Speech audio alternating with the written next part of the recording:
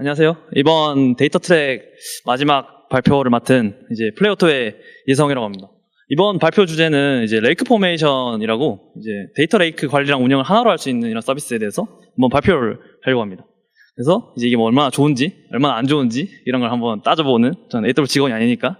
자, 그래서 전 발표자 소개를 간략히 하자면, 저는 이제 쇼핑몰 통합 관리 솔루션이라고 이제 판매자분들이 온라인 마켓에 이제 잘 판매할 수 있도록 그로스 해킹 솔루션을 이제 서비스하는 플레이오토라는 회사에서 다니고 있고요. 거기서 이제 AWS 인프라랑 IDC 인프라를 이제 하이브리드로 운영할 수 있도록 저희가 이제 하고 있거든요. 근데 항상 IDC와 AWS 이제 비교 대결이 이제 항상 핫하잖아요. 비용도 그렇고 이런 거. 그래서 사실 저는 항상 IDC를 이기기 위해 항상 비용을 그만큼 낮추는, 퍼포먼스는 똑같이. 그래서 비용 줄이는 거 되게 좋아합니다.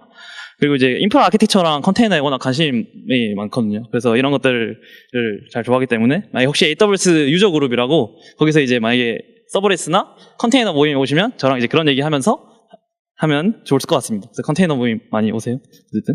그래서 작년 11월에 이제 리인벤트에 참여를 하게 됐거든요. 리인벤트는 AWS에서 열린 행사 중에 제일 큰 행사입니다. 라스베가스에서 열리고요. 그래서 거기서 이제 AWS 대표 이제 NDC나 이제 CTO님 존 에보게스님이 이제 신규 솔루션이나 이런 걸 발표를 하고, 그리고 이제 오후에는 이제 뭐 그 신규 솔루션들의 관련 PM들이 이 솔루션을 발표하면서 이제 막 여러 개발자가 소통을 할 수 있어요. 그래서 이제 그때 나왔던 레이크 포메이션을 이번 발표에 하겠습니다.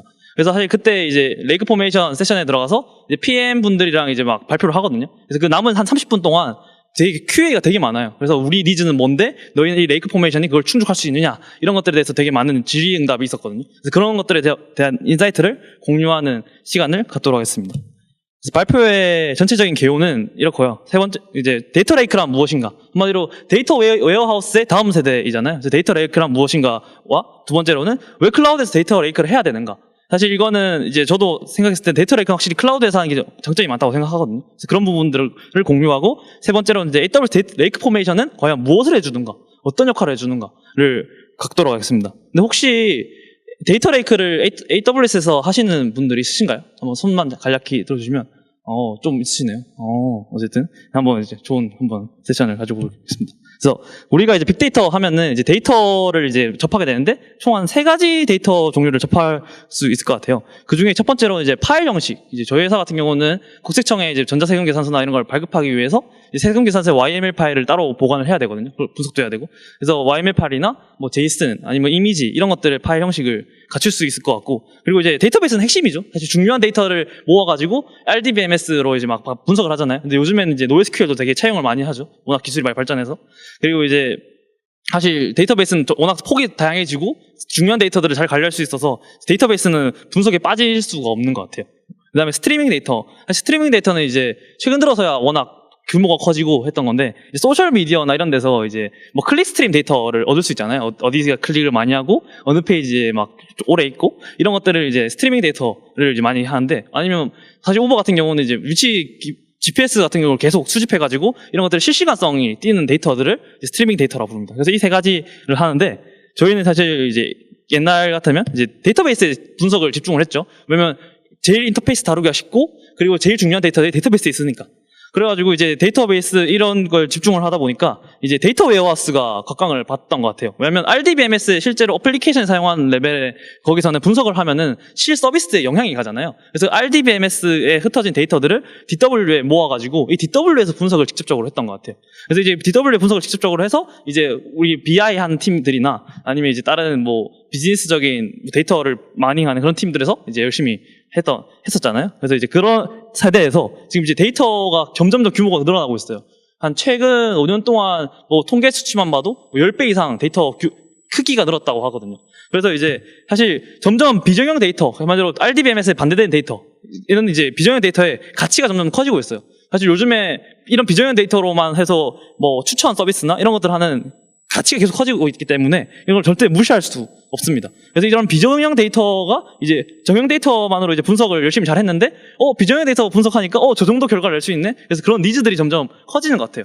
그래서 이 비정형 데이터까지 이제 분석하기 위해서 이제 인프라를 이제 고민하다 보니까 인프라 요구사항이 사실 되게 다양해진 거죠. 그래서 이제 크게 한 4가지 정도 꼽을 수 있는데, 첫 번째로는 보안인 거죠. 왜냐하면 그 비정형 데이터들은 데이터베이스는 데이터 엔드포인트가 한 군데잖아요. 그래서 한 군데라서 이제 그 보안이 되는 거 관리하기 되게 좋았는데 이제 이런 비정형 데이터, 뭐 클릭스트림 데이터부터 해가지고 여러 데이터들이 소스가 너무 늘어나다 보니까 엔드포인트가 계속 늘어나는 거죠. 그래서 그거에 대한 보안도 신경 썼어야 되고 그리고 그 데이터 포맷이 다 다르잖아요. 그래서 데이터 포맷이 다르서 암호화나 이런 것들도 다 고민을 해야 됐던 거였어요. 그 다음엔 이제 실시간성이니까 계속 데이터를 받아줘야 될 거 아니에요. 사실 DB는 뭐 데이터 RDBMS는 한 번에 받으면 되는데 이제 DW 할 때는 이제 막 배치로 막 받고 이런 식으로 했었잖아요. 그래서 그 사이에 뭐 ETL도 넣고 막 그랬는데 여기 같은 경우는 계속 데이터를 받아야 보니까 데이터 파이프라이닝이 점점 더 집중을 했죠. 그래서 카프카나 이런 서비스들이 각광을 받게 됐잖아요. 그 다음에 세 번째로는 이제 플렉시블.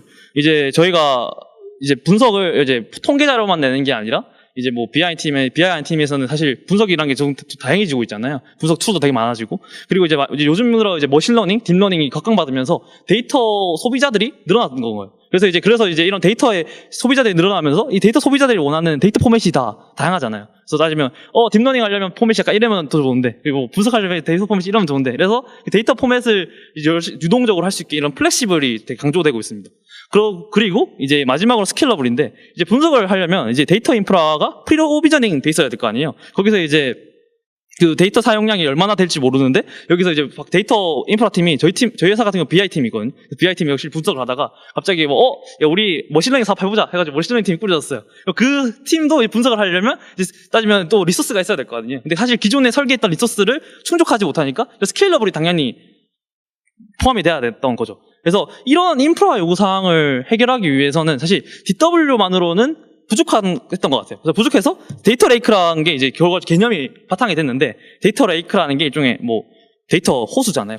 호수에다가 데이터를 들이부어가지고 사용자들의 이런 커넥션을 해서 그런 포맷들을 자유롭게 받아가고, 그래서 이런 것들을 이제 한마디로 일단 한 대 모아두고 중앙으로 이제 막 보안이나 이런 것들을 다 관리하자, 암호화나, 그리고 그 포맷이나 이런 것들도 다 어떤 서비스를 통해서 관리를 하자 했던 거였어요. 그래서 이 데이터 레이크를 이제 과연 이제 어떻게 할 수 있었는가 했을 때, 이제 요즘 회사들 봤을 때는 이제 기존에 이제 빅데이터 분석 시스템이라고 하면 하드 클러스터를 많이 채용을 하잖아요. 사실 거의 대부분의 회사가 하드 클러스터를 채용해서 했던 것 같아요. 왜냐면 스토리지 같은 경우가 이제 계속 스케일 아웃이 돼야 되니까 갑자기 1TB인 거 2TB 새로 마운트 해가지고 막 그런 힘들잖아요. 그래서 이제 HDFS 스토리지 노드를 막 넣어서 이제 막 했던 거죠. 사실 그래서 새쌍으로 데이터가 복제가 되니까 뭐 한 노드가 죽어도 이제 뭐 마음대로 이제 편안하게 쓸 수 있었던 거고, 그리고 마스터 노드에서 이제 막 플러그인 뭐 스파크나 뭐 하이브 뭐 HBase 이런 애들을 올려가지고 이제 분석도 다양하게 할 수 있었으니까 하드 클러스터가 확실히 꽤 괜찮았던 선택지였던 것 같아요. 근데 이제 한번 해당 클러스터를 설계한다고 고민해봤을 때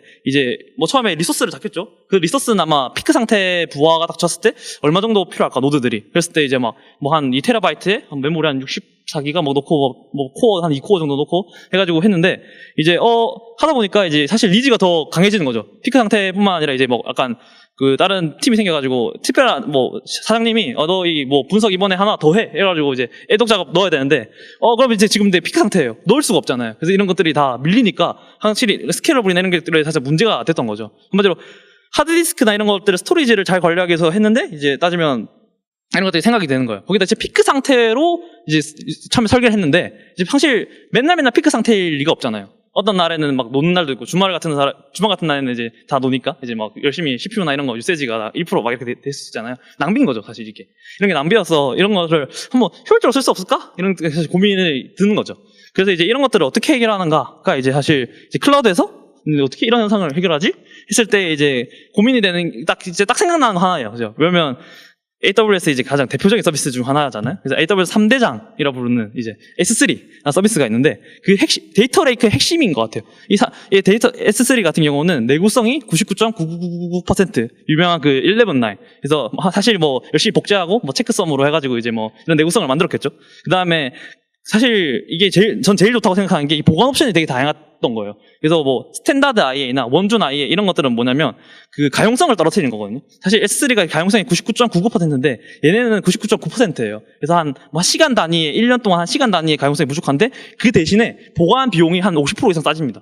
사실 생각했을 때 우리 회사 그 스토리지가 가용성을 99.99%까지 막 만족해야 되냐 이런 걸 따져보는 거죠. 그래서 따져봤을 때 필요 없는데? 하면 저기다 넣을 수 있잖아요. 그 다음에 리듀스 리던던시는 이제 좀 내구성을 떨어뜨리는 거예요. 이제 이게 복제를 줄이는 거거든요. 복제를 줄여서 비용을 더 효율적으로 쓰거나. 사실 리듀스 리던던시는 이제 좀 이제 없어지고 있는 것 같아요. 그래서 글래시어 같은 경우는 딱 보관만 하는 데이터 있잖아요. 그런 애들을 사실 부를 필요 없는 데이터 이런 애들은 넣으면은 글래시어는 한 S3 비용이 한 10%또 줄어드는 거죠. S3도 충분히 저는 좀 약간 저렴했다고 생각했는데 어쨌든 그래서 이런 다양한 보관 옵션을 지원을 하고요. 그리고 요즘에 최근에 발표한 것 중에 S3 인텔리전스 티어링인가? 이거 있는데, 이게 자동으로 스탠다드 IARG, 원전 IARG 이런 걸 배치를 알아서 자동으로 해주는 거예요. 그래서 이런 것들을 무료로 제공해 주거든요. 그래서 얘네가 너희 그 액세스를 파악해가지고, 자주 액세스 하면은, 이제 스탠다드. 자주 액세스 하지 않으면 스탠다드 IA로 빼서 보관 비용 줄이고, 이런 식으로 이제 해주고 있고. 그다음에 S3 셀렉트라고, 이제 S3 서비스에 이제 직접적으로 질의를 할 수 있는 거예요. 그래서 이제 뭐 제이슨이나 이런 애들 질의해가지고 바로 볼 수 있고 이런 인터페이스가 제공되고 있고 그리고 사실 제일 좋은 거는 다른 AWS 서비스의 연계성이에요. 사실 AWS 서비스가 엄청 많거든요. 엄청 많아가지고 당연히 이제 스토리지를 고를 때는 이제 말가 뭐 하도브랑 건 하도브로 잡았어요. 하도브로 잡았으면 이제 S3 데이터를 막 끌고 와가지고 막 해야 될 거 아니에요. 근데 이런 것들에 대한 연계성이 엄청 강력해요. 그래서 이런 연계성을 한번 좀 살펴보면 이제 첫 번째로는 AWS EMR이라는 얘가 있는데 얘는 이제 아까 말했던 하드 클러스터를 관리용으로 제공해 주는 거예요. 그래서 저 같은 경우는 EMR 되게 좋아하는데 이제 EMR이 AWS EC2라는 VM 서비스 위에 올라가거든요. 그래가지고 사실 저는 되게 비용에 민감하거든요. EC2 기반으로 가면 뭐가 좋냐면 EC2의 비용 옵션들을 조절할 수 있어요. EC2 같은 경우가 이제 막 뭐 예약 인스턴스거나 스팟 인스턴스거나 이런 것들을 넣으면은 기본 온디맨드 옵션에서 비용이 또 한 10% 비용으로 할 수 있거든요. 스팟 같은 경우는 한 80% 할인해 주니까. 그래서 이제 이런 것들을 또 다 제공할 수 있어서 하드 클러스터를 되게 IDC의 저렴한 비용만큼으로 사용할 수 있는 거죠. 근데 그 이후에 스파크나 하이브나 이런 거 HBS 올릴 수 있는 거고. 거기서 이제 얘네가 지원하는 것 중엔 이제 EMR FS라는 게 있거든요. 그래서 이게 뭐냐면 아까 저희가 이제 스토리지 HDFS 스토리지 고민할 때 이제 그 용량이나 이런 게 되게 비효율적일 수 있다고 했잖아요. 항상 피크 상태가 아니니까. 그래서 S3를 디스크처럼 쓰는 거고 EMR은 필요할 때만 분석할 때 올리는 거예요. 그래서 한마디로 디스크와 컴퓨팅 리소스의 분리인 거죠. S3는 이제 보관만 하고 EMR-FS로 EMR로 부르고. 근데 뭐 사실 EMR-FS는 이제 다이나모 DB나 이런 게 좀 더 추가가 되는데 뭐 일관성 문제 같은 것 때문에. 그래서 이제 이런 식으로 효율적으로 사용할 수 있는 거예요. 두 번째로는 이제 레드시프트 스펙트럼이라는 게 있는데 레드시프트는 AWS 제공하는 DW 엔진이에요. 그래서 DW 엔진을 이제 기존에 DW를 많이 쓰셨던 분들은 이제 레드시프트나 이런 고려 옵션에 있잖아요. 그래서 레드시프트 스펙트럼 같은 경우는 아까의 HDFS 스토리지의 문제에 비해 S3도 마찬가지로 얘는 디스크로 사용할 수 있는 거예요. 그래서 S3 디스크로 사용하고 레드시프트 스펙트럼으로 분석 컴퓨팅 리소스를 정해가지고 필요할 때만 분석을 계속 할 수 있는 거죠. 그리고 세 번째로는 아테나인데 이제 AWS 이제 빅쿼리 서비스거든요. 그래서 일종의 한 번에 많은 쿼리를 내야 될 때 얘가 이제 서버리스 형태로 그 쿼리가 실행된 시간만큼만 돈을 받겠다 해가지고 이제 쓰는 서비스입니다. 그래서 이제 아테나 같은 경우도 마찬가지로 S3에 이제 디스크로 사용해가지고 이런 걸 해결할 수 있는 거죠. 그래서 앞에 봤듯이 빅데이터 분석 플랫폼을 하드 클러스터로 운영했을 때 비해 사실 AWS로 했을 때 비용을 훨씬 더 효율적으로 할 수 있는 거죠. 물론 이제 맨날 피크 상태로 쓰고 이럴 경우에는 사실 하드 클러스터가 훨씬 더 나은 방향이 되겠죠. 왜냐하면 이건 기본적으로 단가가들이 다 생각보다 IDC에 비해 높거든요. 특히나 아테나나 이제 레드시프트 스펙트럼은 아까 말했던 EC2의 그 비용 옵션을 쓸 수 없어요. 아까 스팟 같은 경우. 근데 스팟이 진짜 저는 스팟을 사랑하거든요. 스팟은 경매 형태로 EC2를 쓰는 건데 이 진짜 비용을 정말 저렴하고 필요할 때 쓸 수 있는 거예요. 그래서 이제 그러면 결과적으로 아마존 S3가 이런 데이터 레이크 하기에는 딱 적합한 거죠. 그래서 뭐 근데 이제 여기서 이제 고민되는 거는 이제 여러 데이터 소스에서 봤다 보니까 데이터 보안적인 부분이나 아니면 이제 어떤 그 암호화나 이런 것들이 사실 고민이 되는 거죠. 왜냐면 소스가 여러 개다 보니까 계속 다 관리해줘야 되잖아요. 그래서 이제 그런 것들을 이제 봤을 때 이제 그 다음에 필수적으로 필요했던 게 AWS 글루인 것 같아요. 이제 글루라는 애가 뭐냐면 이제 ETL이라는 작업하는 거죠. 추출하고 바꾸고 이제 로딩하고 이런 건데 결과적으로는 그 데이터 소스들을 다 갖고 와야 될 거 아니에요. 소스 갖고 와서 약간 내가 원하는 형식으로 바꿔서 저장을 원본 형식의 데이터를 저장을 해야 되잖아요. 그래서 이런 것들이 S3에다가 예전에는 바로 자동으로 해주는 거거든요. 그리고 이제 카탈로그 왜냐면 데이터 같은 경우가 내가 어떤 데이터를 가져왔는지에 대한 메타데이터가 필요한 거죠. 일종의 그런 스키마가 필요한 거죠. 왜냐면 이 데이터를 쓰기 전에 아무 포맷도 모르는 상태에서 쓸 수 없잖아요. 그걸 내가 뭐 코드에다 하드 코딩 할 수도 없고. 그래서 그런 것들을 관리해주는 게 카탈로그 기능이거든요. 그래서 이제 이런 것들을 관리해주는데 얘네는 사실 뭐 뭐 없던 서비스를 만든 게 아니라 사실 아파치 스파크를 약간 서버리스 형태로 제공을 하는 형태예요. 사실 스파크에서 이제 ETL 작업 같은 거 많이 하잖아요. 그래서 이제 글루 같은 경우는 사실 비용이 좀 비싸요. 그 스파크를 관리도 해주고 이런 ETL이나 카탈로그 전문으로 만든 대시보드가 제공이 되거든요. 그래서 글루가 이제 DPU라고 이런 비용 관점으로 적극하는데 4코어에 16GB 메모리 단위거든요. 그거 비용으로 돈을 내는데 이게 한 M5 엑스라지 정도예요. 제 기억으로. 그래서 M5 엑스라지 정도인데 이게 사실 비용 차이가 좀 많이 나요. 한 2배 이상 나거든요. 온디맨드로 했을 때.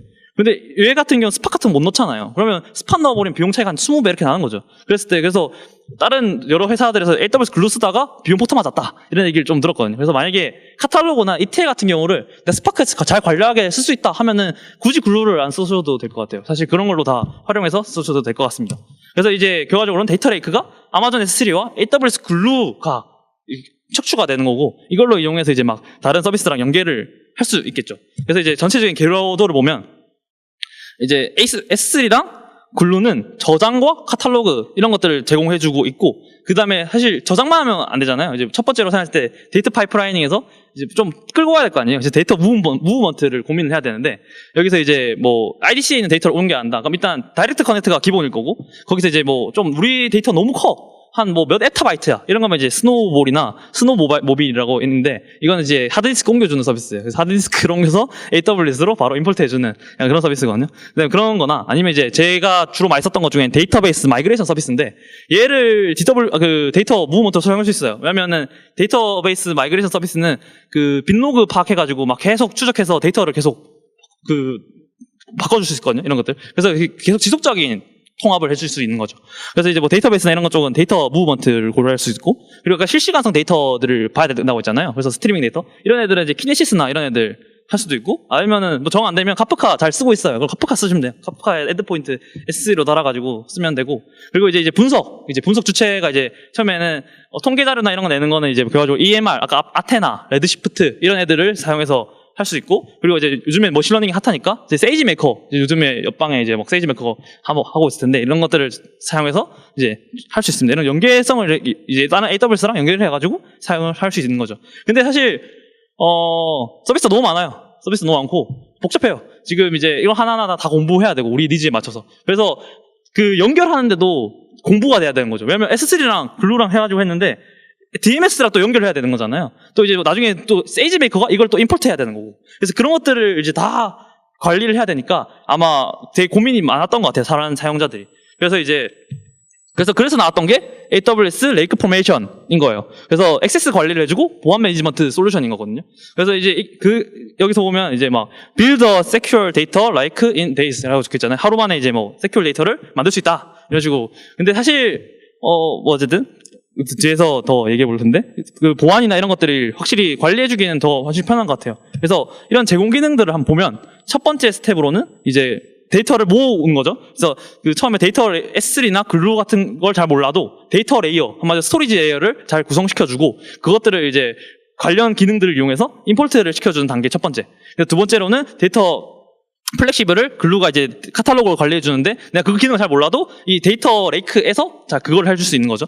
그리고 이제 두 번째로는 이제 여러 사용자들이 있을 거 아니에요. 데이터를 소비한 주체들, 우리의 이제 뭐 데이터 머신러닝 엔지니어 분들이나 BI 분들이나 뭐 그런 분들이 이제 나 이거 권한 열어줘 이렇게 할 거 아니에요. 뭐 사실 뭐 저 같았으면 IAM 롤 뭐 그냥 저희 루트 줄 수도 있겠는데 어쨌든 전체 줄 수도 있는데 이제 어쨌든 중요한 거니까 이거는. 그래서 이제 그런 퍼미션에서 얼마나 그 셀렉트를 줄지 아니면 뭐 드롭을 줄지 뭐 알터를 줄지 막 그런 것들을 다 옵션을 다 정해서 줄 수 있거든요. 그래서 그런 것들을 주고, 그리고 이제 뭐 데이터 마지막으로는 사실 모니터링이 중요한 건데 왜 모니터링이 중요하냐면 이 데이터가 잘 제대로 갖고 제대로 분석되고 있는지를 파악을 해야 돼요. 그래서 이런 것들을 모니터링까지 주체를 이제 제공을 하고 있습니다. 그래서 이제 간단하게 약간 써보면은 첫 번째로 이제 데이터를 넣어야겠죠.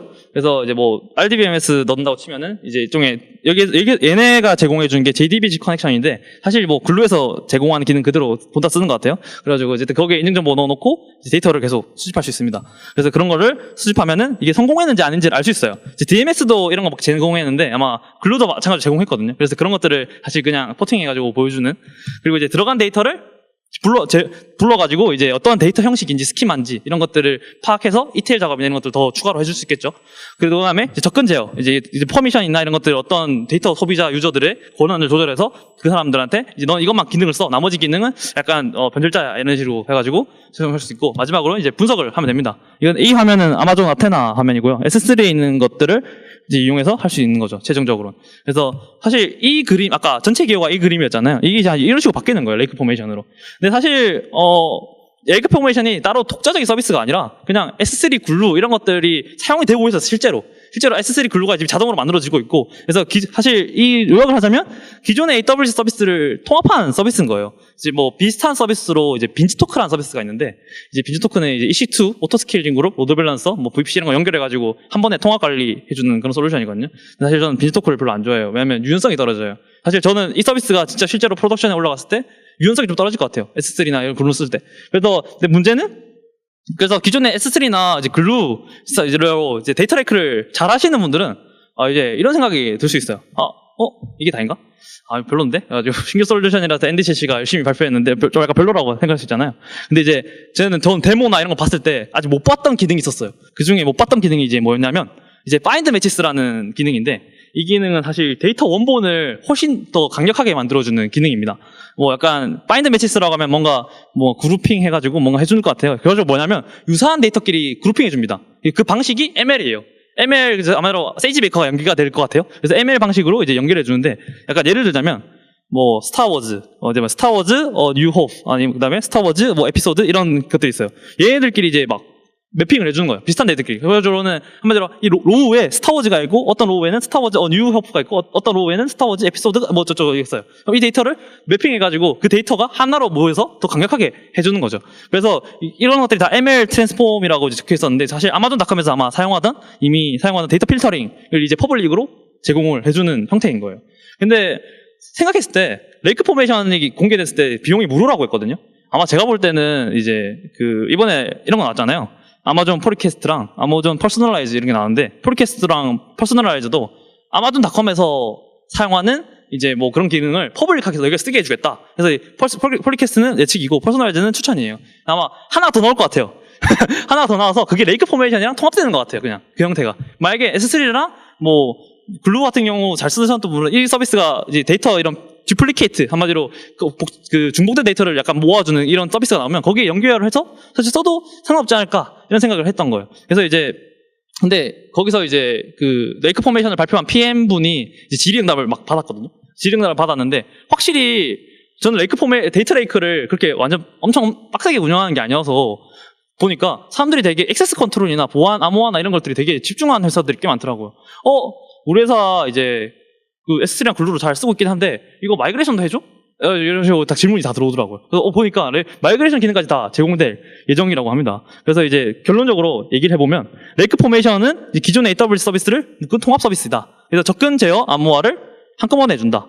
그 다음에 이제 사실 파인드 매치스가 제대로 기능적으로 공개가 안 됐어요. 그래서 그냥 걔네들이 고객 사례로만 발표했는데 한 4억 개의 롤이랑 한 750개의 약간 페어링이 됐었는데 그게 한 3시간 정도 걸렸대요. 그거 매핑하는데, ML 트랜스폼 하는데.